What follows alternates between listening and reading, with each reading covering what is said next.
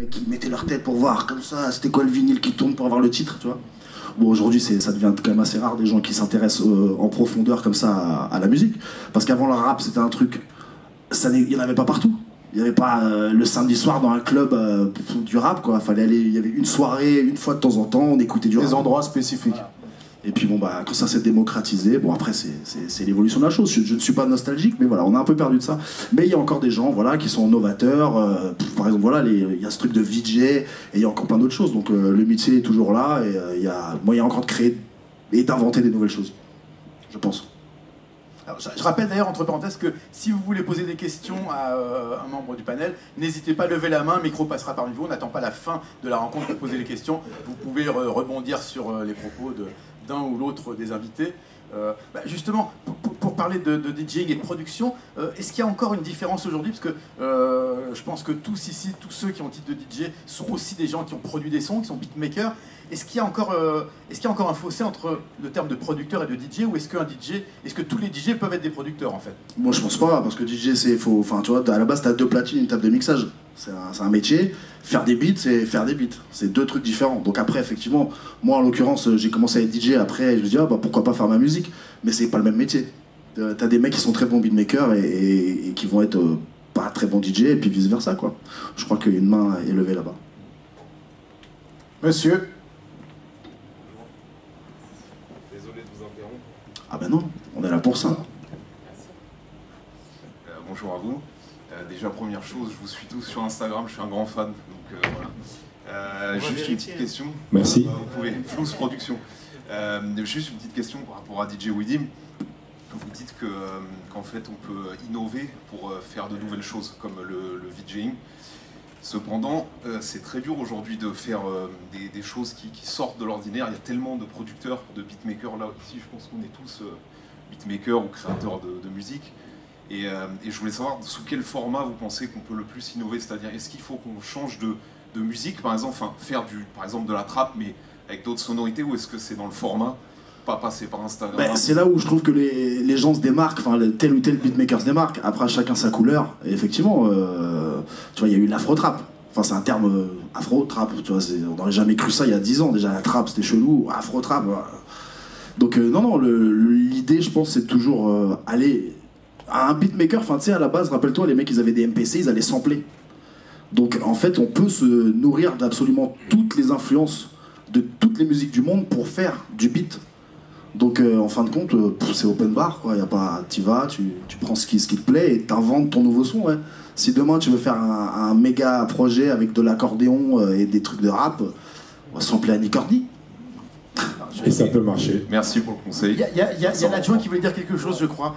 Passons le micro, tu voulais réagir. Oui. Je pense, enfin pour ma part, je pense que à l'heure d'aujourd'hui, le beatmaker, c'est plus le gars qui a sa couleur. Je pense qu'il faut s'adapter à chaque artiste en fait. Tu vois, moi personnellement, j'ai vraiment un tas d'artistes qui viennent au studio. Et s'il faut faire de la trappe, je vais faire de la trappe. S'il faut faire des trucs up-tempo, je vais faire un truc up-tempo. Donc je pense qu'aujourd'hui, il faut vraiment s'adapter à la demande. Tu vois, on ne te demande pas d'avoir forcément une couleur. On va ressentir que c'est toi qui as fait la prod, tu vois. Mais je pense qu'il faut s'adapter, c'est bien de s'élargir. Et pour revenir aussi sur l'histoire du DJ, moi, il y a beaucoup de gens qui croient que je suis DJ. Et je pense que le grand public fait pas... Ils n'arrivent pas à dissocier un beatmaker d'un DJ. Il y a beaucoup de gens qui me disent DJ l'adjoint. Mais moi, je ne sais même pas comment ça marche une platine, quoi, tu vois. Donc, moi, étant ingénieur du son et beatmaker, les gens pensent que je peux arriver en soirée à animer le truc. Pourtant, c'est pas ça du tout, quoi. C'est vraiment 2 trucs complètement différents. Je pense que c'était bien de le souligner. Deux métiers différents. Tu voulais réagir? Juste réagir à ce que dit Widim. Par rapport en fait, juste en tant que DJ, t'apprends déjà ce que c'est la structure d'une chanson en fait. Je veux dire implicitement, tu sais quand est-ce qu'il va y avoir le refrain, le drop, quand est-ce qu'il va y avoir il y a des mesures, ces éléments, ces mesures. À partir du moment où tu sais compter, tu peux apprendre à structurer déjà une chanson. Après, je dis pas que être beatmaker, ça t'implique pas aussi à chercher des sons, trifouiller dans tes VST, dans tes synthétiseurs, etc. pour essayer des choses. Mais je pense que déjà, en termes de DJ, tu peux déjà apprendre la structure d'une chanson pour pouvoir faire, toi, tes propres remixes, par exemple. Moi, je sais que je compose déjà mes propres remixes avec des acapellas que je vais trouver à gauche à droite, et puis je vais essayer des choses, et puis après je vais les mettre en image directement, parce que maintenant on est une génération YouTube, hein. Il y a forcément un clip vidéo qui est associé à un des sons, donc tu peux déjà commencer comme ça, et puis après pour passer pro, il faut élargir ses connaissances, il faut peut-être apprendre le solfège, ou bien un peu passer par des trucs qu'on a l'impression que c'est relou, mais en fait ça t'apprend tellement grave en fait. Après, par rapport à ce que tu dis, le truc aujourd'hui en 2020, quasiment, on a vraiment de la chance parce que les outils nous permettent de faire de la musique. Il y a 15 ans, il fallait une MPC, un Akai, un truc, il fallait 20 000 balles de matos, et les connaissances, quand bien même tu avais le matos, il fallait quand même savoir s'en servir. Aujourd'hui, un simple logiciel, et même sans notion de solfège, tu as des logiciels qui appuient sur une touche, ça te fait des accords. Enfin, il n'y a plus de limite, quoi. Et ça, c'est quand même, je trouve ça vachement bien. Ouais, aujourd'hui, le matériel, en tout cas pour faire du beatmaking et DJ, est beaucoup plus accessible qu'avant. C'est vrai qu'avant, il fallait vraiment avoir un sacré budget. Et si on ne travaillait pas à côté, l'argent qu'on investissait dans du matériel pour mixer, pour acheter les vinyles ou les CD, il fallait l'amortir, quoi. Donc aujourd'hui, c'est vrai que c'est largement plus accessible. Et c'est tant mieux. Après, il faut évoluer avec son temps. Et l'adjoint, tu disais tout à l'heure qu'effectivement, il n'y a plus besoin d'avoir sa propre couleur, qu'aujourd'hui, un beatmaker doit s'adapter. Mais comment faire quand même pour créer ou avoir sa propre identité et pouvoir se démarquer de tous les beatmakers? En fait, ce qui crée ton identité, c'est les artistes avec qui tu travailles. Tout simplement, je pense. Si demain on me fait bosser avec des rockers, peut-être que tu vas ressentir ma touche, mais je pense que tu vas être surpris, tu vas dire ah ok, c'est l'adjoint qui a fait ça, pourtant rien à voir. Je pense qu'à chaque fois que tu taffes avec un artiste, si tu veux, tu t'ouvres et tu as une couleur différente, tout simplement. Après, je pense qu'au niveau des équilibres, on a un petit peu tous nos repères, je pense aussi. On a un peu notre sauce, notre son, notre délire, mais je pense que si demain tu passes d'un Sopra à un Kerry James, je pense qu'on va y voir que du feu, tu vois. Si tu mets pas ton tag et ta signature, moi c'est la raison pour laquelle j'avais mis une signature, un jingle au début. Je l'ai mis parce qu'en fait c'était un pote à moi dans l'ancien studio dans lequel je travaillais à la Savine. Il m'a dit franchement j'aime beaucoup ce que tu fais plein de trucs super différents, on n'arrive pas à reconnaître des fois que c'est toi qui fais ça, tu vois, parce que ça change. Et il m'a dit c'est dommage que tu mettes pas un jingle comme les ricains, quoi, tu vois. Mais c'était il y a 6 ans de ça. Donc je pense avoir été un petit peu, on va dire, précurseur en recopiant un petit peu Thérapie, tout ça, Back to the Future. Et je m'étais dit que c'était bien de mettre un jingle pour qu'on sache que c'est toi qui a fait ça. Et donc je pense qu'à l'heure d'aujourd'hui... Hein, ta signature. Ouais, ma signature. Je pense que c'est la raison pour laquelle je l'ai faite. C'est parce que je faisais des trucs super différents. Et des fois, les gens, à chaque fois quand ils rentraient dans le studio, ils me disaient c'est toi qui as fait la prod? Je dis ouais. Ah, il me dit putain, je n'aurais jamais pensé. Mais je rebondis sur ce que tu dis, parce que moi, à l'inverse de toi, c'est complètement l'inverse. C'est-à-dire que je ne me suis jamais adapté à quoi que ce soit. C'est les artistes qui viennent pour le son de DJ Widim. Ok. Et bon, après, c'est deux choses différentes, mais bon, le résultat est le même, on fait des morceaux. Mais il y a aussi cette voie-là qui est possible. C'est-à-dire moi personnellement, j'ai opté pour ce truc-là, je fais ma musique. Après, genre, tu sais, des fois, il y a des gens qui viennent te voir, oui, il faudrait un beat comme machin. Non, il n'y a pas de beat. Moi, je fais cette musique-là. Là où je veux en venir, c'est que, voilà, persévérer dans son truc aussi, ça peut être cool. Donner ta couleur. Et t'as raison sur ce que tu dis, sur le fait que c'est aussi avec les artistes avec qui tu bosses, parce que qui se ressemblent, ça semble un peu aussi. Et puis, de toute façon, ouais, la musique, c'est de la vibe. T'es en studio pendant des heures avec quelqu'un. Vaut mieux s'amuser, quoi, parce que sinon c'est un peu vite te faire chier. Après, juste pour dire, par rapport au tag que tu disais, en fait, avant, bon, je prends les Neptunes, tu sais reconnaître une prod Pharrell, tu sais reconnaître une prod Timbaland, tu sais reconnaître une prod Dr. Dre, tu le sais. Par rapport au son, ce que tu disais, mais maintenant, je pense que ça doit être générationnel, tu vois. Quand tu entends Noxious, ben voilà, tu sais que c'est une prod Noxious, mais j'ai beaucoup de respect pour Noxious, etc. et toute cette génération de producteurs, mais je pense que c'est vrai qu'il faut toujours s'identifier aussi par rapport au son que tu vas proposer, et ça c'est vachement important. Mais non, mais moi je sais que les mecs viennent vraiment, les artistes viennent au studio pour ça, quoi. Ils viennent, ouais, pas est-ce que je peux avoir un truc un peu comme si, non, il faut, voilà, on veut cette musique là. En fait, je pense que les deux sont bien, en fait. Oui, c'est ça, il n'y a pas de point bien ou pas bien. Il n'y a pas de formule, vraiment. Ouais, moi aussi, j'ai des gars qui viennent, qui me disent, je veux une prod l'adjoint, mais enfin, tu vois, moi, c'est assez large, donc je sais que la plupart du temps, ça va être sur les morceaux où les gens m'ont connu, tu vois. Mais je trouve ça aussi intéressant de s'adapter aussi aux artistes. Après, c'est peut-être ma casquette de réalisateur qui fait ça. Parce que moi, je travaille avec tout le monde, je suis ouvert à tout le monde, tu vois. Donc, je peux autant avoir un mec qui fait de la hype bobo, que autant un mec, une crapule de cité, autant un mec qui vient faire du rock ou du zouk, tu vois. Donc, en fait, c'est peut-être mon métier d'ingénieur du son qui m'a un petit peu ouvert sur ce chemin-là. Tu vois. Mais après, je respecte aussi les beatmakers. Et puis, je reviens sur ce que tu dis, Timbaland, tout ça, Dr. Dre, tu reconnais que c'est eux. Mais je pense que c'est des producteurs des années 90. Je pense qu'à l'heure d'aujourd'hui, le beatmaker d'aujourd'hui, moi j'ai vu des petits jeunes qui avaient entre 15 et 20 ans, franchement, ils m'ont mis des claques. Hein. Les mecs, ils drive, ils jouent des instruments.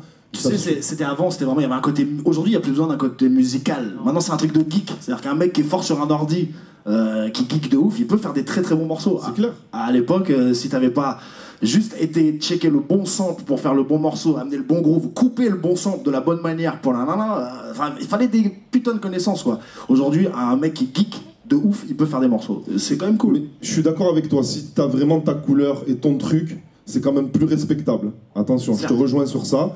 Mais je trouve ça bien aussi de s'ouvrir et. À fond, bien sûr. Tu vois, moi je prends une gifle si tu me fais un beat qui ressemble pas du tout à toi. Tu vois, je me dis, ah ouais, d'accord, elle est capable de faire ça aussi. Tu vois. Quel débat passionnant, hein, les amis. J'espère que on va poser des questions. J'espère qu'il y a des gens qui veulent poser. Bonjour. Bonjour. J'ai une petite question. Où est-elle? Ah, là-bas. Je suis là.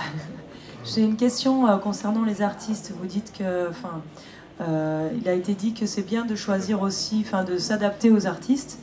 Mais moi, je voulais savoir comment les artistes viennent à vous, par quel biais, et comment vous les choisissez ou pas, ou qu'est-ce qui détermine que vous allez bosser avec un artiste ou pas? Bah, moi personnellement, en vrai, il y a plusieurs façons. C'est soit les maisons de disques qui me proposent, voilà, j'ai cet artiste-là qui voudrait travailler avec toi, est-ce que ça t'intéresse? J'écoute, ça me plaît ou ça me plaît pas. Ou alors tout simplement sur internet, je vais voir, il y a des choses qui me plaisent, je fais un petit DM sur les réseaux, et puis voilà, tout simplement. Franchement, il n'y a pas de... D'accord, sur YouTube Bah YouTube pour s'envoyer des messages c'est un peu compliqué, mais Instagram, Facebook, tous les autres trucs, c'est juste ça. Mais sinon oui, quoi qu'il arrive, moi quand je vois un artiste, je vais cliquer, regarder son YouTube, écouter ses morceaux tout simplement. Après, je m'arrête pas à un titre, j'essaie toujours d'écouter plusieurs choses, parce que c'est important. Voilà. Donc tu fais aussi la démarche d'aller vers les artistes, ouais. n'attends pas... Donc ça va dans les deux sens en fait. Autant c'est vrai que les artistes peuvent solliciter des beatmakers, mais comme le dit Widim, eux aussi peuvent proposer leurs services. Ce qui est marrant, c'est que moi je fais mes compilations boulangerie française depuis 4-5 ans, c'est-à-dire que c'est des compiles comme ça d'une 15-20 morceaux, des nouveaux artistes, donc qui étaient nouveaux aujourd'hui, il y en a certains qui sont devenus des grandes stars. Mais en tout cas, moi j'ai toujours mis l'accent sur la musique. J'ai jamais regardé les chiffres, j'ai jamais regardé qui était qui faisait quoi, j'ai juste écouté la zik. 2 followers, 100 millions de followers, je m'en fiche, si la musique elle est bonne ou pas, on y va. D'accord, super. Ben, c'est intéressant parce que moi j'ai une approche différente. En fait, j'ai jamais demandé à un artiste en fait, de bosser avec moi. La plupart du temps, c'est des gens qui viennent à moi. Et moi, j'accepte un peu tout le monde. Après, c'est une façon de voir les choses. C'est une façon de faire. Voilà, ça me correspond. Donc, du coup, il y a tous les styles. Tous les styles. Je t'ai dit du zouk, au house, au rock. Moi j'aime bien en fait parce que ça m'ouvre musicalement et ça me permet de me diversifier un petit peu, de voir un petit peu d'autres gars, d'autres délires. Moi je suis beaucoup dans l'humain, donc j'aime bien voir des gens différents tout simplement en fait. D'accord, ok. Voilà, c'est ça. Et c'est comme ça, c'est ce qui me permet aussi de ne pas tourner en rond surtout. Parce qu'au bout d'un moment j'ai l'impression que je fais toujours la même chose et ça commence à me gonfler un peu. Voilà quoi, après c'est ma façon de voir les choses. Merci. Il y a d'autres questions? Et on peut avancer un petit peu justement sur le débat, parce qu'aujourd'hui le beatmaker, la façon aussi de produire les sons ont beaucoup évolué. Aujourd'hui il y a beaucoup de beatmakers également qui proposent des sons avec des top lines, des fois avec même des mélodies de couplets. Est-ce qu'on peut dire que ça fait partie de cette évolution musicale aujourd'hui? Bah, moi je trouve que en fait ce qui est marrant c'est qu'aux États-Unis ça a toujours existé. Tu regardes les crédits d'un album, là tu regardes Travis Scott, j'ai regardé les crédits de chaque morceau, t'as 10 compositeurs sur chaque titre, chacun a son rôle. Et je veux dire, et ici j'ai remarqué en France comme ça les gens veulent garder leur petit truc machin. Moi j'ai toujours ouvert. On a toujours été un peu plus fébrile. Ouais. C'est vrai. Alors que moi j'ai collaborer avec d'autres gens ça t'amène forcément une autre couleur, des choses que j'aurais jamais faites. c'est un échange, Et franchement, t'en sors quelque chose de différent de ce que tu peux faire tout seul. Justement, c'est intéressant que tu parles, parce qu'effectivement, c'est vrai que à une époque, à cause des samples, on pouvait lire sur les morceaux américains des crédits de 5, 10, 15 parfois auteurs, mais par exemple, quand il y avait un sample de War, il y avait les 5 musiciens de War qui étaient crédités. Aujourd'hui, c'est aussi le cas, mais parce que c'est effectivement des gens qui sont directement dans le studio. Mais moi, ce que j'aimerais savoir, parce que très honnêtement, tout le monde qui est dans le métier de la musique sait que l'argent, il est aussi beaucoup dans l'édition musicale, donc les gens qui composent et qui écrivent les morceaux. Est-ce qu'aujourd'hui, en France, on peut avoir une économie où il va y avoir, comme aux États-Unis, 5, 10, 15 auteur-interprète d'un morceau, est-ce qu'à l'arrivée, ça laisse pas une part du gâteau tellement misérable que finalement c'est pas jouable? Parce qu'on sait qu'aux États-Unis, par exemple, quand Kanye West ou Travis Scott a une douzaine de compositeurs, il y a un tel marché mondial que ça va faire du vrai argent pour chacun des 12. Est-ce qu'en France, c'est encore quelque chose, c'est aussi quelque chose qui est possible quand il y a tellement de monde qui participe à la création d'un morceau? Moi, ce que j'ai remarqué, sans être mauvaise langue, mais c'est que dans les grosses structures, en fait, justement, ils ont verrouillé la chose. Ils le savent très bien et les gens veulent pas trop collaborer avec d'autres personnes pour justement garder les éditions. Donc là, on est à l'encontre de moi, ce que je propose, c'est-à-dire le partage de la musique, le truc. Et ouais, comme tu dis, en France, après, je sais pas les... Ça reste de la passion. Enfin, faut pas oublier que si vous êtes là, si nous on est là, c'est parce qu'on aime déjà ça. Mais Olivier, il a raison sur le fait de dire qu'en studio, ils sont toujours beaucoup. Et en fait, chaque personne qui est en studio fait quelque chose. Il n'y a pas un mec qui est là, assis, à regarder les gens, ça n'existe pas. Si t'es dans le studio, c'est que t'as un truc à faire. Soit t'écris, soit tu joues de la trompette, soit tu fais rien. L'idée, c'est être en studio et faire quelque chose, en fait, du moment qu'on est en studio, quoi. Ouais, ce qu'on disait, quand on est arrivé ici, on parlait justement de Timbaland, qui avait un mec qui faisait son Shirley, un autre mec qui était au clavier, qui lui jouait des mélodies, et un autre mec, et en fait, ils arrivaient à bosser sur la même session Ableton Live pour pouvoir faire du son et pour pouvoir composer quelque chose. Et c'est une manière intéressante de travailler, mais je pense qu'au jour d'aujourd'hui, la collaboration, j'ai l'impression qu'elle est nécessaire pour pouvoir avancer, en fait. Ben, un groupe de musique, c'est plusieurs musiciens, quoi. Enfin, tu vois, je veux dire, il y a... L'alchimie, elle passe beaucoup mieux si t'as un mec qui est spécialisé dans, je sais pas, ton 808 pour qu'il sonne crème. Je pense à Mike Dean aussi, qui est un producteur américain. Mais ouais, je pense que la collaboration, elle va être nécessaire, en fait. Par exemple, moi, c'est vrai je suis de cette génération où on faisait un petit peu tout seul. On écrit tout seul, on fait nos mélodies tout seul, mais je trouve intéressant aujourd'hui cette nouvelle méthode de travail, enfin qui n'est pas forcément nouvelle, mais aujourd'hui qui est en tout cas plus assumée, de travailler avec quelqu'un qui va venir te faire uniquement ta mélodie du refrain, l'autre personne qui va venir te faire uniquement ta mélodie du couplet, une autre personne qui va aussi t'aider à écrire, ce que la variété française en fait fait depuis toujours. Tout le monde, exactement. Depuis toujours. Mais c'est vrai que dans l'urbain, c'est quelque chose qui est arrivé avec la nouvelle génération. Je pense que c'est l'ego aussi des gens qui a émis un frein là-dessus, tu vois. Un rappeur, lui dire tu vas chanter ça, dire c'est moi le rappeur en fait, c'est pas toi. Et bon, les mecs ont capté que peut-être que le gars a raison, qu'il a une mélodie qui tue, que je n'aurais pas pensé, ce qui fait pas de moi un mauvais rappeur, un mauvais artiste, mais on collabore pour élever la chanson, d'aller encore mieux, quoi. À partir du moment où tu vas citer déjà l'équipe avec laquelle tu collabores, c'est bien. Après, la seule chose que moi je pourrais dire, c'est bien se verrouiller. Et pareil pour vous, les contrats, c'est vachement important. Sous-estimez jamais ça, parce que après ça commence les problèmes. Enfin, vraiment, c'est ça le truc. Moi, j'aimerais parler à Bassita, qui a bossé donc pendant très longtemps avec Cut Killer, qui est un des DJ les plus importants de France, qui est celui qui a vraiment amené beaucoup le hip-hop en France, à travers notamment une série de compilations.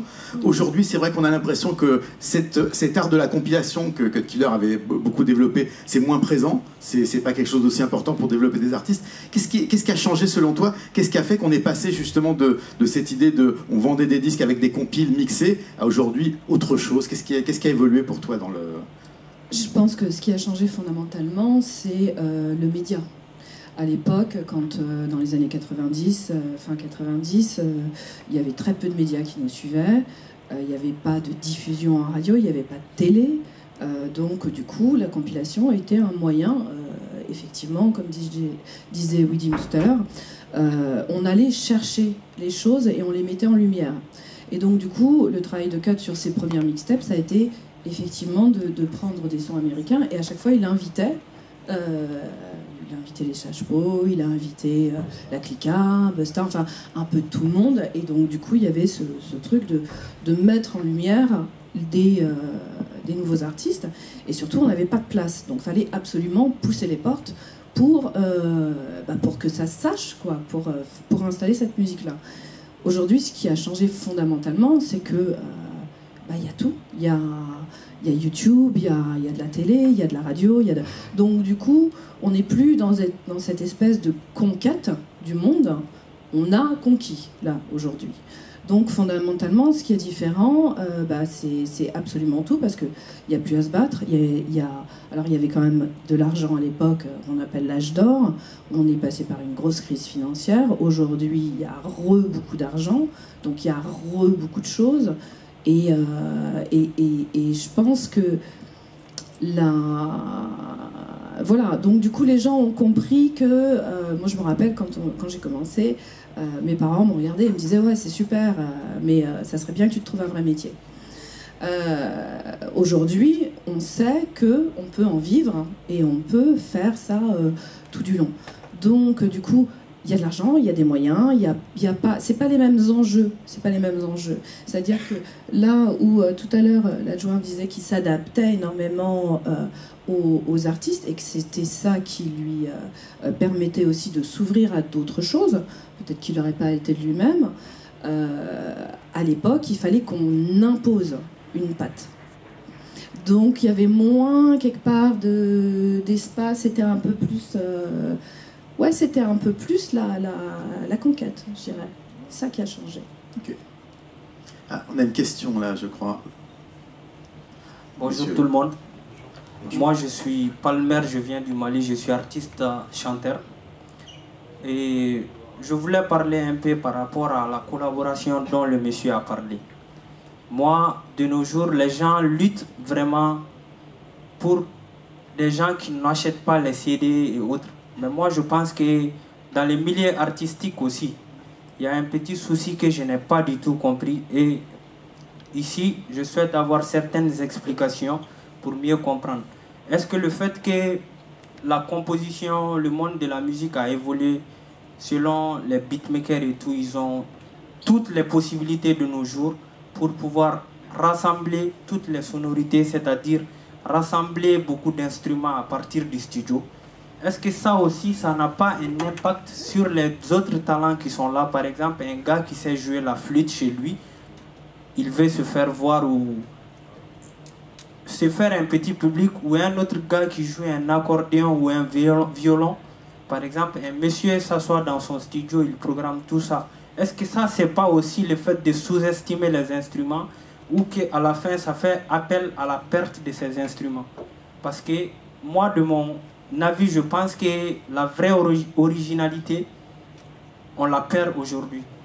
Le fait qu'on ressemble tout dans un studio. Imaginez de nos jours, on peut programmer une voix de kora au studio, alors qu'on sait vraiment que ce n'est pas l'original dont on cherche.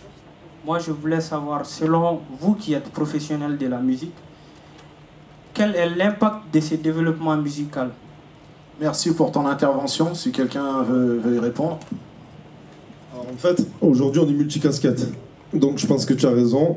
On n'a plus besoin du guitariste qui débarque au studio. On n'a plus besoin du batteur qui vient. On a des kits, on fait nos rythmiques, que ce soit avec des MPC, des contacts, ce que tu veux. Je pense aussi, tu vois, moi, regarde, j'ai pas mal de plugs. J'ai des guitares, des vraies guitares, j'ai des vrais pianos, j'ai le piano Alicia Keys, j'ai plein de trucs, tu vois. Donc je suis entièrement d'accord avec toi, je pense qu'on perd aussi de la collaboration à cause de ça. On ne fait plus appel aux pianistes, aux guitaristes. Enfin moi personnellement j'essaie quand même de le faire. Je travaille sur des albums, j'appelle un poteau à moi qui est guitariste, un autre qui est bassiste, un autre qui est pianiste. Après le problème qu'il y a c'est le temps. C'est le temps, c'est travailler par mail en échange, c'est un peu relou. Moi je préfère que tout le monde soit là au studio. Je rebondis aussi sur ce qu'on disait avant. Je tiens à dire qu'un artiste, c'est une équipe. C'est pas un artiste qui est là, qui brille, qui est trop fort. C'est pas vrai, ça. Moi, personnellement, j'ai bossé avec plein d'artistes. Je les ai éduqués musicalement. C'était comme des petits frères pour moi. Je leur ai fait des apprentissages. Et voilà, j'ai pas honte de le dire. Je m'en fous, quoi. Et ils le savent, en plus. Donc, je pense que des artistes, c'est des gens qu'on éduque. On est toute une équipe. Que ce soit le DJ sur scène, si t'as pas ton DJ qui est énervé, qui te dit voilà tu te mets là tu bouges comme ci, là tu fais réagir le public, l'artiste il est zéro sur scène. Ça c'est important de le souligner. Donc aussi pareil en studio, quand t'es ingénieur du son, tu as des techniques pour apprendre à poser mieux, tu comprends.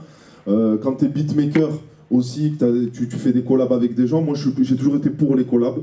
Je côtoie des musiciens, je côtoie plein de gens, hein, des petits beatmakers avec qui je fais des collabs. Mais je suis entièrement d'accord avec toi, je pense qu'on est en train de perdre ce truc-là. Et dernière chose, je préfère gagner 10% d'1 million d'euros que de gagner 50% de 10 euros. Donc pour moi, personnellement, je reviens sur ce que tu disais tout à l'heure, Olivier, moi je pense que les ricains, ils ont tout compris. Parce que t'as beau voir 10, 20 crédits sur un titre, mais il génère combien ce titre? Ah oui, voilà.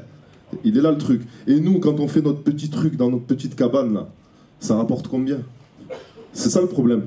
C'est que si on travaille avec plus de gens, si on est ouvert avec tout le monde, peut-être que ce titre-là, ça peut devenir The Hit, et au lieu de gagner 20 000 euros tout seul, tu vas gagner 150 000 euros par tête.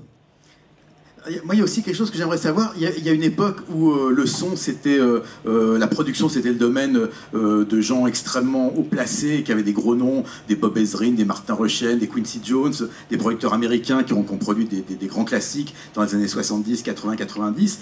Avec le hip-hop, on est passé à quelque chose de plus humain, où il y a eu beaucoup plus de producteurs, avec notamment les sampleurs, les MPC. Aujourd'hui, avec tous les systèmes, tous les plugins, tous les logiciels, pratiquement tout le monde peut faire du son, et d'une certaine façon tout le monde en fait. Donc j'aimerais savoir, pour des gens qui sont ici, qui sont quand même déjà des gens confirmés et qui ont une carrière, est-ce que des fois on se sent menacé par tous ces gremlins de 14-15 ans parfois, parce que c'est vrai que ça commence très jeune, qui font du son, et est-ce qu'on peut savoir, est-ce qu'il y a une vraie qualité artistique et musicale chez ces gens, ou est-ce que c'est du one shot? Non, justement, il y a des gens bons partout. Il y a des gens qui ont du talent. Il y a des jambons à la tête de l'art. Voilà. Il y a des gens qui ont du talent absolument partout, peu importe d'où tu viens, quel hashtag, et surtout quel matériel tu utilises, on s'en fout. Mais alors, ce que j'écoute, c'est le morceau. Terminé, tu l'as fait avec ta chaussette, tant mieux, je suis content. Mais merde, c'est quoi déjà la question? Qu'est-ce que c'est tous ces nouveaux jeunes producteurs changent? Non, mais ils arrivent avec du son. Regarde, tu vois, il y a un exemple, c'est peut-être des gens ici connaissent Zaytoven, un producteur d'Atlanta, Gucci Mane, Migos, tout ça. Ce mec est arrivé il y a un peu plus de 10 ans à Atlanta. Il vient de la baie à la base, il est arrivé à Atlanta, il a ramené son son, donc lui c'est un pianiste à la base. Et en fait, donc il devient ce qu'il est, et arrivent des Metro Boomin, des Sony Digital et des machins qui n'ont jamais touché un piano de leur vie, qui arrivent avec une souris et un ordi. Le mec, il se prend une claque, il est là, il explique, il dit non mais alors là, moi je suis choqué, je débarque avec mes pianos, mes trucs, les petits me mettent à l'amende. Et ils se sont pas fait la guerre, ils ont dit non, bossons ensemble, je te montre comment marche le piano, tu me montres comment marche la souris.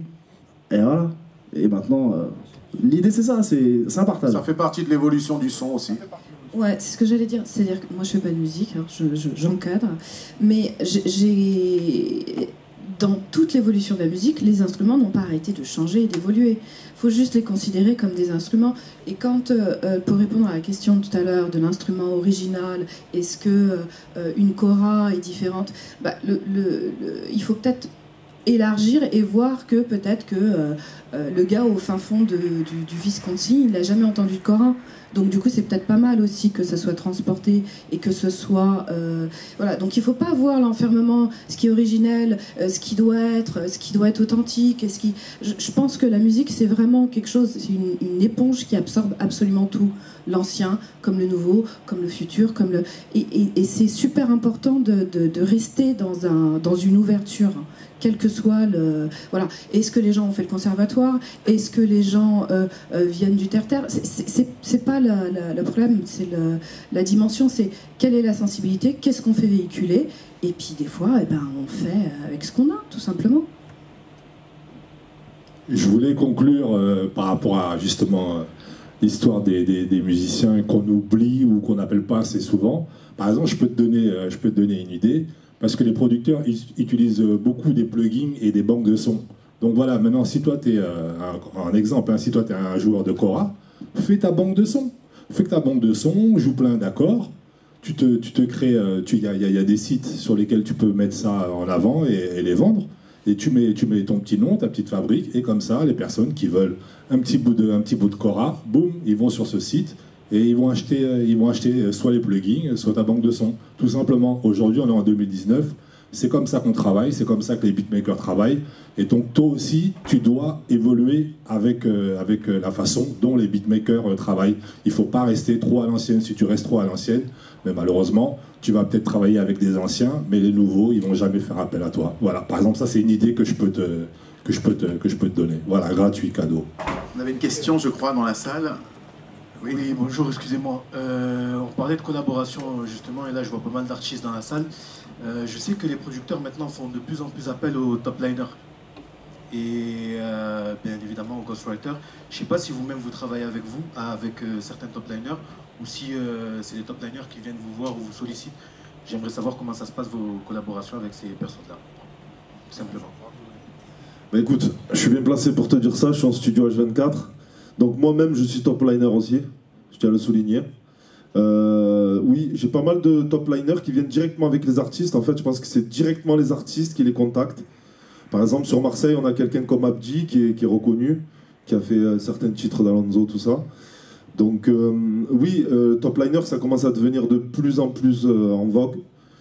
J'ai des gars qui viennent des équipes entières. Par exemple, j'ai le souvenir d'Erice, de DJ Erice, qui était venu en studio avec son top liner, un beatmaker. Il y avait toute son équipe, hein, l'équipe au complet, pour bosser avec un artiste avec qui je travaillais.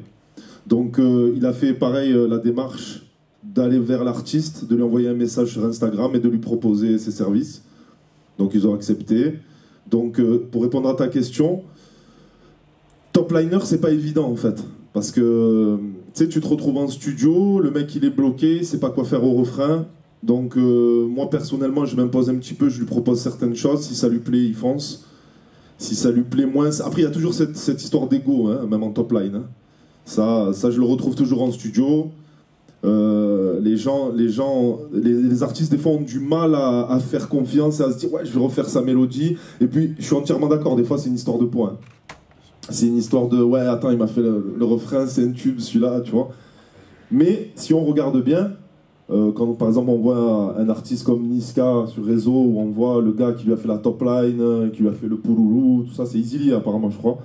Quand on voit ce que génère le titre, moi je pense que je recommande fortement aux artistes de justement travailler en équipe, bosser en équipe. Il y a des gens, ils ont un don pour ça. Moi quand je vois Abdi faire ses top lines en studio, je me dis le mec il est là, quoi, tu vois, c'est son truc, c'est son job. Je lui ai même conseillé de faire que ça, de pousser ce truc-là, parce qu'il était vraiment demandé. Mais après, c'est une question d'ego des artistes. Donc, en fait, pour répondre à ta question, c'est très compliqué de se dire, ouais, j'ai besoin d'un top liner, donnez-moi un numéro d'un top liner, quoi. Je veux dire, ça n'existe pas forcément. Est-ce que tu pourrais, parce que je pense que beaucoup de gens le savent, mais peut-être que certains ne sont pas exactement au courant, comment est-ce qu'on peut exactement définir le métier de top liner? Est-ce que c'est un métier? Qu'est-ce que ça recouvre exactement? Ben pour moi, être top liner, c'est être un artiste, tout simplement. Après, je reviens un peu, c'est le bilan de tout ce qu'on dit depuis tout à l'heure. Moi, je pense qu'on est des multicasquettes à l'heure d'aujourd'hui. Avant, tu étais DJ, tu vois, tu étais beatmaker, tu étais un rappeur. Moi, j'ai tout fait, moi. J'ai rappé, je suis ingénieur du son, je suis beatmaker, je suis réal, je suis producteur. Et si je peux faire encore un truc en heure, je le ferai. Donc voilà. Non mais c'est pour dire qu'aujourd'hui on est des multicasquettes. Si on fait appel à un top liner, pour moi c'est un artiste. T'as plein d'artistes sur Paris qui écrivent pour les autres, qui leur font les top lines. Je pense notamment à H Magnum, il est sur beaucoup de titres, il est très fort. Voilà que... Et puis aujourd'hui, surtout les top liners commencent à avoir un nom. C'était à un moment c'était un métier de l'ombre, et aujourd'hui t'as une artiste comme Meryl qui a également fait beaucoup de top line pour différents artistes, et même un morceau effectivement comme Habitué, c'est un morceau que voilà, le morceau de Dossé, je sais plus qui a fait la top line de ce morceau, mais ça a été fait du début à la fin. Mais en tout cas voilà, c'est une... Il y a au moins trois top liners sur ce... Top liner, c'est mélodiste, alors c'est celui qui fait la mélodie. Ça, exactement. On peut dire que c'est vraiment celui qui va... Et comment est-ce qu'il peut travailler avec le rappeur? Parce que le rappeur, il peut parfois aussi arriver avec son idée de la mélodie, ou dire je veux pas chanter, je veux juste faire du rap. pur et dur. Ce qu'il faut savoir, c'est que maintenant les beatmakers, on a une certaine crédibilité. C'est-à-dire que tu as des gens qui vont arriver, qui vont débarquer au studio, qui veulent bosser avec toi parce qu'ils voient que tu es sur plusieurs titres à succès. Donc en fait, je pense qu'on a développé un peu une crédibilité. Aujourd'hui, quand les gens ils viennent te voir, ils ont besoin de toi. Ils te disent j'ai besoin de toi, je veux taffer avec toi. Donc par exemple là, je pense notamment au dernier album là, d'SCH sur Julius, il y avait Noxious, tu en parlais tout à l'heure, il a envoyé la prod avec la top line du refrain. Donc SCH il était content parce qu'il a kiffé la top line et il m'a dit putain ça tue, c'est bien qu'il travaille comme ça, que vous travaillez comme ça aujourd'hui. À l'heure d'aujourd'hui on me demande souvent aussi d'envoyer des prods avec une top line.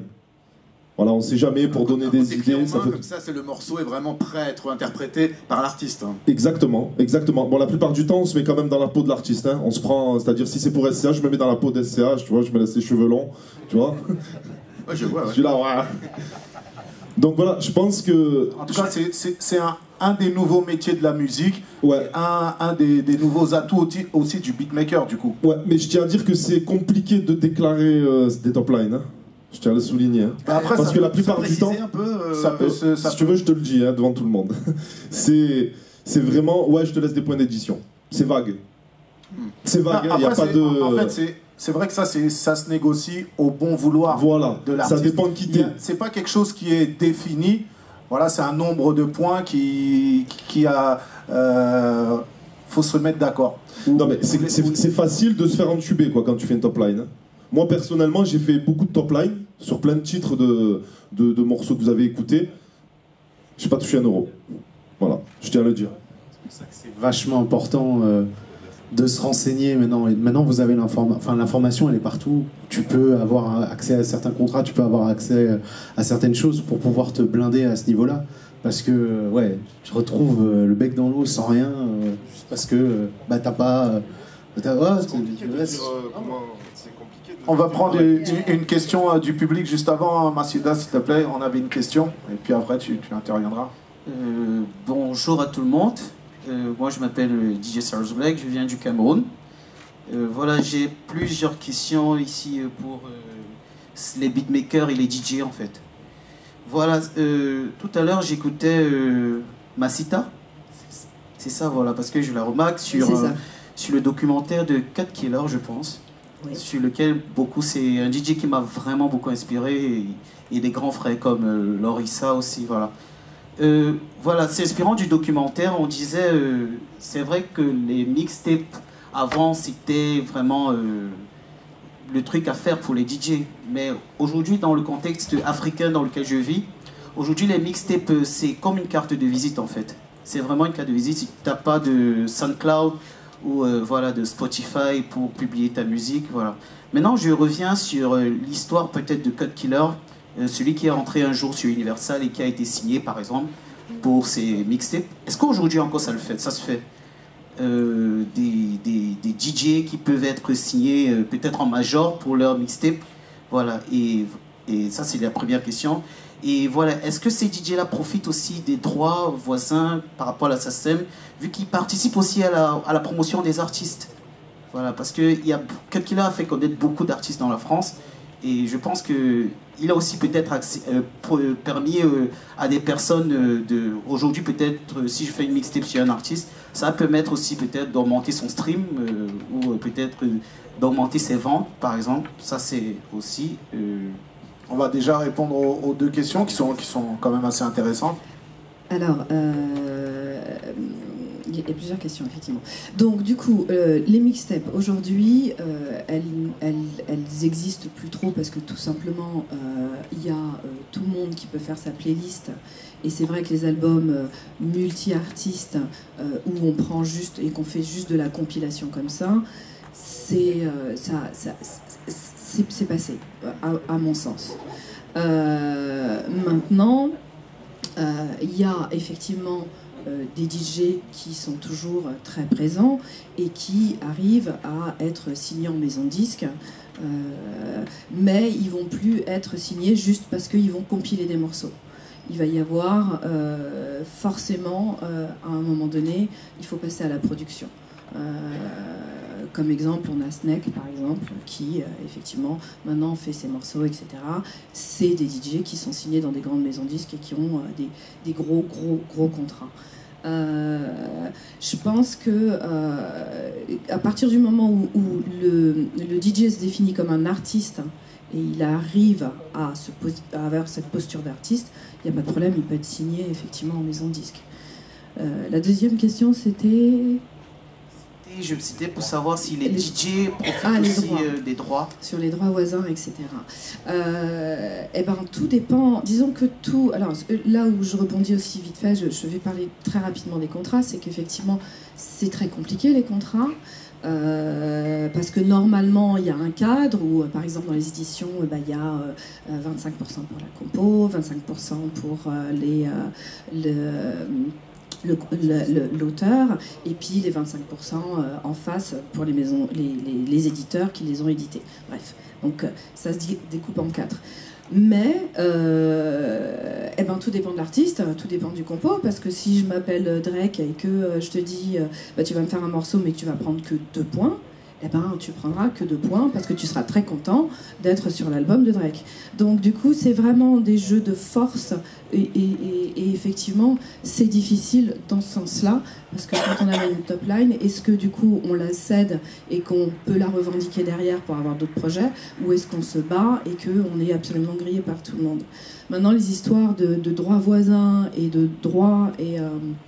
alors, c'est un peu, déjà pour percevoir les droits voisins, on parlait bien des droits voisins, hein, c'est ça? Je ne sais pas si j'utilise le bon vocabulaire. D'accord. Je suis partie dans... Non, je pense que tu voulais parler des droits en général. Les droits en général, parce qu'il y a plusieurs... Donc du coup, dans l'exemple, par exemple, quand on faisait les compilations de Cut sur les Cut Killer Show, ils mixaient totalement la compilation. Donc on prenait des points sur le mix. Mais on ne peut absolument pas prendre des droits sur un morceau de Drake ou de Nicki Minaj. Par contre, les maisons de disques cèdent les titres. C'est une espèce de bourse.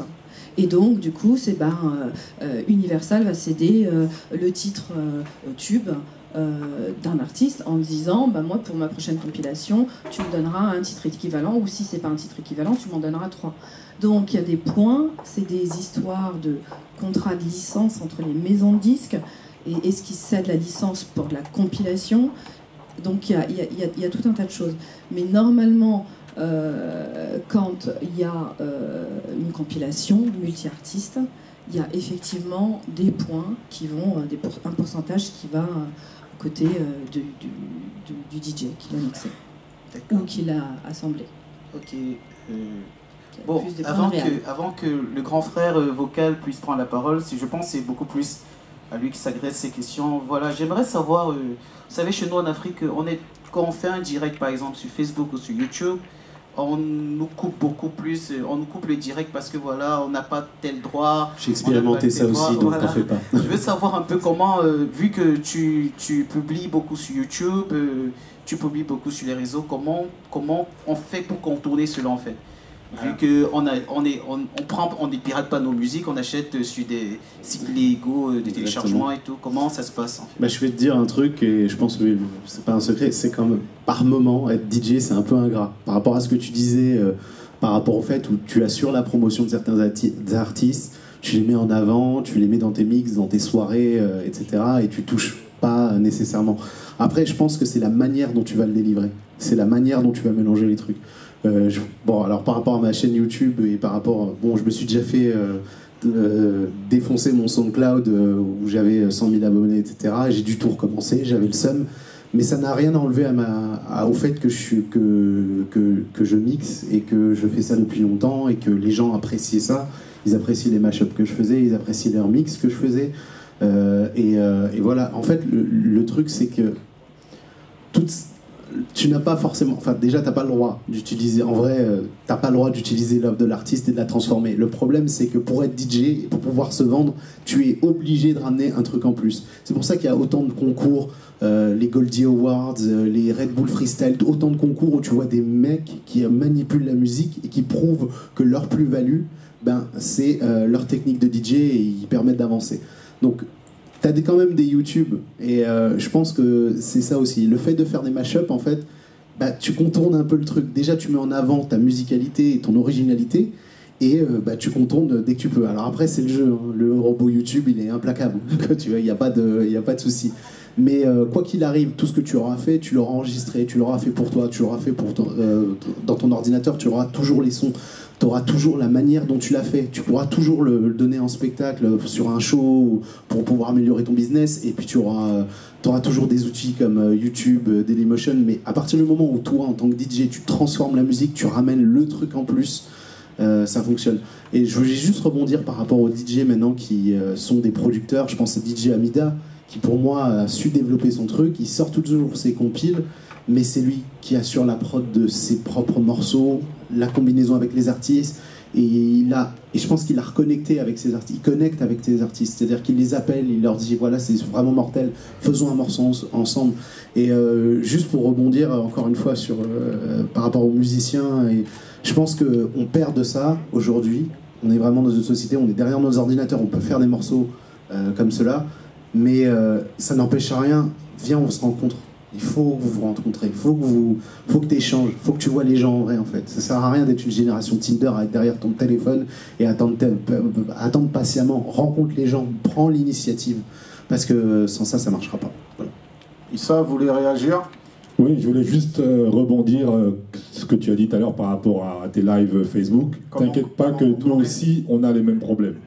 Parce que c'est un algorithme qui fait que quand une production musicale va jouer un peu plus de 30 secondes, automatiquement, ça va se déclencher et ça va repérer si c'est quelque chose qui est protégé ou pas. Et automatiquement, ça va se couper. Que tu sois en Afrique, que tu sois en France, que tu sois au Japon, aux États-Unis, t'inquiète pas, tout le monde a le même problème. C'est pas un problème propre à l'Afrique, et c'est le même problème sur Instagram, sur Twitter, sur Facebook, sur tous les gros réseaux sociaux, quoi. Tu vois, c'est les droits d'auteur qui sont super protégés. Mais bon, ça, c'est pas l'initiative de Facebook, hein. Ça, c'est l'initiative des maisons de disques qui imposent ça à Facebook. On a tous le même problème. Et je voudrais te faire quand même un grand big up, parce que il est là, il nous pose des questions, il est humble, mais c'est un DJ Sirius Black, qui est un très grand DJ et qui vient du Cameroun, donc big up à lui, moi je le suis, et je sais qu'il pousse pas mal, mais donc voilà, il est là, il est posé, mais c'est un bon gars. Bravo. Merci. Bravo. Merci pour ton intervention. Est-ce que quelqu'un aimerait poser une autre question? Voilà, profitons-en, il reste pas beaucoup de temps, et comme les conférences précédentes, c'est souvent vers la fin que ça s'accélère, donc voilà, on voudrait pas trop créer de frustration. Encore vous, monsieur? Oui, désolé, je m'accapare un peu. Pour les makers et les producteurs, est-ce qu'il vous arrive de produire pour des entreprises? Et si oui, par quels moyens ils vous contactent? Quand je dis entreprise, c'est-à-dire par exemple on voit des associations entre des rappeurs, type moi, Lascole et Lacoste. Est-ce que vous, il y a des boîtes qui vous contactent pour faire des productions sur mesure ou des pubs? Moi perso, ça m'a pas trop. Enfin, on m'a proposé des trucs, mais à titre personnel, ça me branche pas. Mais peut-être chez mes collègues. Ben moi, je l'ai fait dernièrement. C'était au mois de décembre dernier. Je l'ai fait pour Adidas, pour un événement qu'on appelle la Tango League. Et donc, il fallait leur faire une ambiance musicale pour l'entrée des footballeurs internationaux et nationaux. Et donc, des fois, les entreprises nous contactent pour des projets en particulier, mais c'est pas si souvent que ça, quoi. C'est plus des artistes qui vont contacter pour des sons, ou à la rigueur des maisons de disques. Mais des entreprises, on va mettre ça dans le même lot que les maisons de disques. Mais sinon, les entreprises, c'est très rare. Si vous avez des plateformes qui vous permettaient d'échanger avec des entreprises pour faire de la musique, est-ce que vous iriez, par exemple, même, je sais pas, par exemple, je sais qu'il y a des plateformes qui existent où ils font des briefs musicaux, c'est encore petit, hein, mais ça se développe, et ils demandent à des artistes issus des milieux urbains de faire des musiques pour des pubs bien spécifiques. Est-ce que c'est des choses qui pourraient vous trouver ça? Qu'est-ce que vous en pensez de ça? Ça fait avancer le mouvement, vous pensez? Je réponds juste moi. Alors ça s'appelle la synchronisation quand on fait de musique à l'image. Il y a plusieurs choses. Quand les grosses sociétés corporate, en général, font appel à des agences, en général, elles vont jamais vers les artistes en direct. C'est quand même toujours pour économiser de l'argent, alors que c'est des gens qui ont quand même beaucoup de moyens et beaucoup de budget, sauf quand ils font appel à tout de suite les grands artistes, où là ils sont capables. Sinon, c'est quand même toujours des petites économies, c'est pas des choses très intéressantes. Alors effectivement, en édition, quand on fait la synchronisation, c'est intéressant, parce que quand ça sème, après, si c'est diffusé, ça, c'est... Voilà, à condition qu'on ait bien verrouillé son contrat aussi. Mais il y a quand même... alors, je vais peut-être mettre un pavé dans la mare, mais il y a quand même un problème en France avec... l'argent, la musique par exemple, moi j'ai travaillé plusieurs fois sur des musiques de films. C'est toujours le dernier budget, c'est-à-dire qu'il y a le film a coûté je sais pas combien de millions et ils ont toujours 10 balles pour faire la musique, une petite enveloppe à la fin, alors que c'est pas du tout la même chose dans les pays anglo-saxons où sur certains on dédie un budget qui va être intéressant et on va pouvoir faire des choses. Donc la musique à l'image, c'est bien, mais c'est pas là, à mon avis, où artistiquement on s'éclate le plus, parce que c'est des cahiers des charges et que souvent ils mettent pas beaucoup la main à la pâte. Et une autre question, moi j'ai juste fait des jingles, pour des médias, pour par exemple Rentre dans le cercle, pour des trucs avec rap punchline, avec des médias, des trucs comme ça. Mais après, si t'as des ouvertures, moi, ouais, enfin, je fonce, moi, pas de souci. On est là pour ça aussi, créer des connexions. Ah oui. Par contre, je tenais juste à dire quelque chose, c'est le public, s'il vous plaît, vous voulez pas vous secouer, on est là pour vous, poser des questions, n'ayez pas peur, n'ayez pas honte, on est là, on est chez nous, on est à Marseille. Oh. Hein et en plus, il reste pas beaucoup de temps. Ouais. Et est-ce qu'aujourd'hui, les beatmakers français ont encore des choses à envier aux beatmakers américains? Franchement, moi je vais être court et concis, non. Et puis même, tu regardes aujourd'hui, pour moi, la musique, il n'y a pas de fort, pas fort. C'est ta musique, peu importe comment tu l'as fait. Ce qui est sûr, c'est qu'aujourd'hui, tu as des grands artistes américains qui sont produits par des Français. Donc, des Suédois, des ce que tu veux. Il n'y a plus de barrière. Hein. Au-delà de la musique, mais même en termes de sonorité. Parce que même aujourd'hui, tu vois, par exemple, il y a de plus en plus de... Aujourd'hui, le rap français joue en boîte, ce qui ne se faisait pas à une certaine époque. Alors, est-ce que c'est parce qu'aussi on a gagné en sonorité, dans la façon de produire le son? Tu sais, ça c'est vachement rétréci finalement, tu vois ce que je veux dire? C'est que malheureusement, depuis le MP3, tu vois, on a perdu en qualité, on a perdu en plein de choses, et on fait à peu près tous la même chose finalement, tu vois. Les grands producteurs de ce monde, je reprends Metro Boomin ou encore d'autres, ils utilisent tous le même, enfin quasiment il y a 3 logiciels quoi, tout le monde utilise le même logiciel. Après, tu parlais de Mike Dean. Qui lui effectivement se démarque un peu parce qu'il utilise des synthés vintage, des trucs, mais aujourd'hui pour faire des hits, tous les gros hits de cette année sont faits sur les mêmes machines avec les mêmes kits quoi. Et même tu remarqueras, il y a un snare là qui revient tout le temps depuis 5 ans, enfin c'est assez ouf quoi. À l'époque jamais tu aurais entendu le même snare de Dr Dre sur 15 morceaux, là c'est le même tout le temps et tout, ouais. Ça fonctionne. La technologie quoi. En vrai, tu peux mixer, masteriser avec une suite de logiciels et avoir un son fat qui a rien à envier aux Américains. Il suffit juste de mettre les mains dans le cambouis, apprendre un petit peu des choses en termes de fréquence.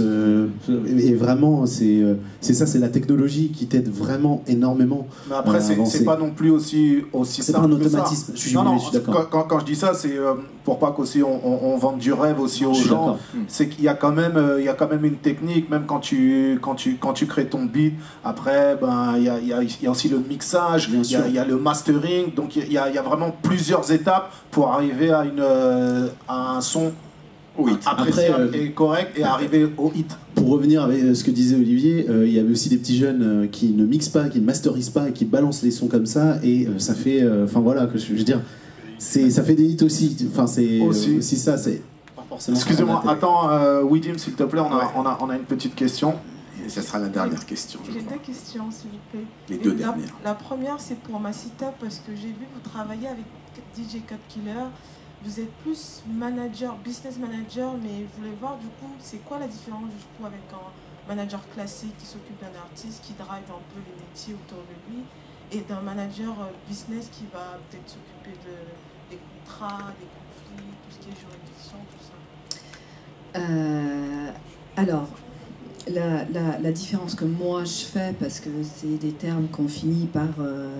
voilà, parce que tout le monde me dit, mais qu'est-ce que tu fais? Donc tu finis par essayer de trouver un mot pour te définir, parce que tu fais tellement de trucs que finalement, tu peux pas dire tout le temps, pendant 20 ans, je suis un couteau suisse. Ça... Donc, la différence que je fais, c'est que pour moi, les managers... Bon, manager, c'est pas une profession qui est reconnue en France, hein, c'est agent qui est reconnu. Le manager, eh ben, c'est souvent... Il y a des très bons managers, mais il y en a beaucoup, beaucoup de très mauvais. C'est souvent des gens qui s'improvisent et qui sont managers. Moi je mets le business manager parce que finalement je fais vraiment du business. Je m'intéresse aux contrats, je lis les contrats, je discute avec des avocats, j'ai fait de la production, je sais parler droit voisin, publishing, prod. Donc pour moi c'est vraiment le côté business qui m'intéresse. Et effectivement, les gens avec qui je travaille sont des adultes et je ne materne pas, je les pouponne pas, je ne gère pas d'autres choses. Donc je ne suis pas le manager qui va s'occuper de tout. Moi, je suis business manager. Voilà, c'est la différence. Et la deuxième question, on a beaucoup parlé de beatmaker, d'artistes, tout ça. On n'a pas parlé de la direction artistique. Parce qu'en studio, pour les beatmakers, des fois, c'est la partie la plus importante. Comment l'artiste, des fois, il a son son, il a écrit, mais c'est pas la sonorité, c'est pas comment il va le vendre en termes de direction. Est-ce que je veux un mixage afro-pop? Est-ce que je veux un mixage trap? Est-ce que je veux un mixage rap ou électro? Il sait pas des fois trop où il va aller, et en général, c'est l'ingé son qui structure après la coloration, à quel moment il va rajouter le refrain, le chorus. Bah, c'est là où justement chaque artiste fait appel aux personnes avec qui elles veulent travailler pour atteindre le but de ce qu'il veut faire. Soit un réalisateur. Un réal, comme tu as dit, un directeur artistique. Comme il disait tout à l'heure, aujourd'hui, l'ingé directeur artistique, en vrai, enfin, je connais très peu d'ingés qui sont derrière leur ordi, qui font ça enregistre et go. Enfin, tu vois. Voilà, et aujourd'hui, voilà, la plupart du temps, enfin moi tous les mecs que je connais là, en studio qui sont ingés, ils sont directeurs, ils réalisent.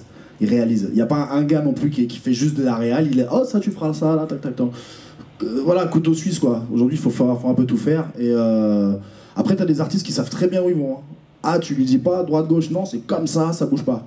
Et puis t'en as d'autres ouverts, oui effectivement, tiens ton idée elle est pas mal, ceci, cela, mais tout dépend du bon vouloir de chaque artiste quoi.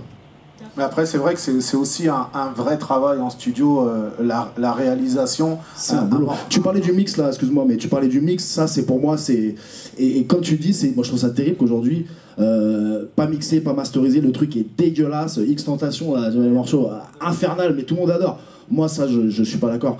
Je veux dire, c'est primordial de donner de la bonne musique aux gens. Le mix, le master, ça fait partie intégrante à 100% de la conception d'un morceau. Pour moi, si tu fais pas un bon mix, un bon master, c'est pas un bon morceau. Ouais, bah le débat est passionnant. J'espère qu'on a pu répondre à tes questions.